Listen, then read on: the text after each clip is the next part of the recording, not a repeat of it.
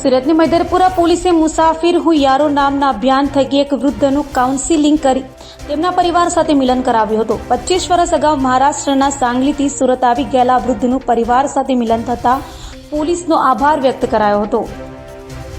સુરતની મૈદરપુરા પોલીસે મુસાફિર હું યારો નામનું અનોખું અભિયાન શરૂ કર્યું છે, જેમાં પોલીસનું ખાકીની પાછળ છુપાયેલ માનવતાભર્યું અભિયાન જોવા મળ્યું હતું।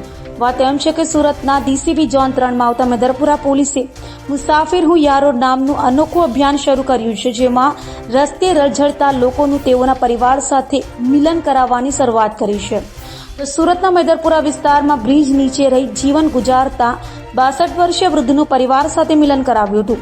વૃદ્ધ 25 વર્ષ અગાઉ સાંગલીથી સુરત આવી ગયા હતા, જેઓની પોલીસે સારવાર કરાવ્યું હતું અને તેમાં વૃદ્ધ પાસેથી પરિવારની માહિતી મેળવી તેમના પરિવારનો સંપર્ક કરી વૃદ્ધનો કબજો સોંપતા વૃદ્ધના પરિવારે પોલીસનો આભાર વ્યક્ત કર્યો હતો।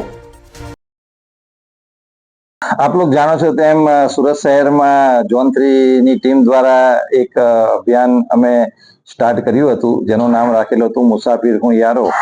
જેમાં જે અમારા વિસ્તાર જે ઝોન 3 વિસ્તારમાં રેલવે સ્ટેશન અને બસ સ્ટેશન આવેલું છે, તો અહીંયા રસ્તે રઝળતા ઘણા બધા માણસો ધ્યાનમાં આવતા હોય છે।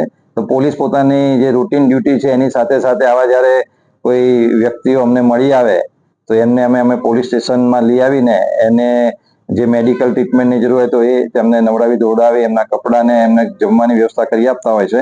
અને એ કર્યા પછી અમે એમની ફેમિલી બેકગ્રાઉન્ડ ને બધી વિગતો મેળવતા હોય છે। એને પાછળનો અમારો આશ્રય એટલો જ હોય છે કે ભાઈ એમના ફેમિલીથી જો એ વિખૂટા પડી ગયા હોય તો એ લોકોનું અમે મિલન કરાવી શકીએ। તો આ જ અભિયાનમાં અત્યાર સુધી અમે 10 કરતા વધારે આવા અલગ અલગ વ્યક્તિઓ, જેની અંદર 2 મહિલાઓનો પણ સમાવેશ થાય છે, એમને એમના ફેમિલીને અમે પરત કરેલા છે।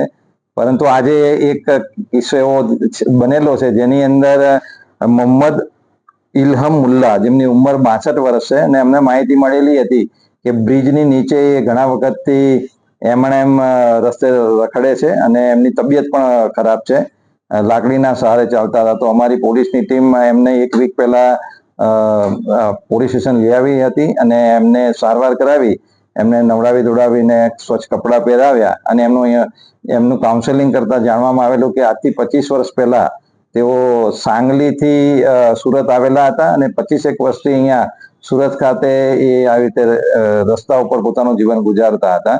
ખાલી અમારી પાસે એ સાંગલીના છે એટલી જ માહિતી હતી, પરંતુ એના આધારે અમારી સુરતની ટીમ અમે કામે લગાડી હતી અને રેલવે બસ સ્ટેશનની અંદર જે સાંગલીની બસો લઈને આવતા ડ્રાઈવર્સ હતા એનો અમે કોન્ટેક્ટ કરેલો હતો અને એમને આમના ફોટોગ્રાફ્સ અને એમની વિગત આપી એમને અમે રિક્વેસ્ટ કરી હતી કે ભાઈ આપ તમે સાંગલી જાઓ ત્યારે આની થોડી શોધખોળ કરજો। અને નસીબ એટલું સારું હતું કે સાંગલીથી એમના એક સનની મોબાઈલ નંબર અમને મળી ગયો હતો, જેની સાથે કોમ્યુનિકેશન એસ્ટાબ્લિશ કરી એમના ફોટોગ્રાફ્સ ને બધું મોકલતા એ લોકોએ કન્ફર્મ કર્યું હતું કે હા એ અમારા ફાધર જ છે।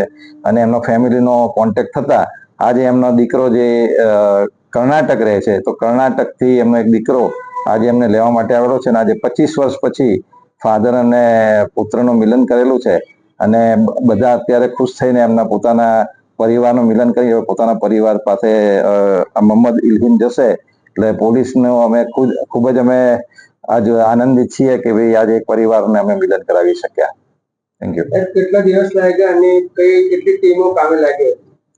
આપ જાણો છો અત્યારે ગણપતિનો પણ બંદોબસ્ત ચાલુ છે, પરંતુ આની સાથે સાથે આ કાર્ય પણ અમે કરતા રહીએ છીએ અને 1 વીકની અંદર અમે એના પરિવારને શોધવામાં સફળતા મેળવી હતી અને એક વીકની અંદર એનું પુનર્મિલન અમે કરાવી શક્યા છીએ।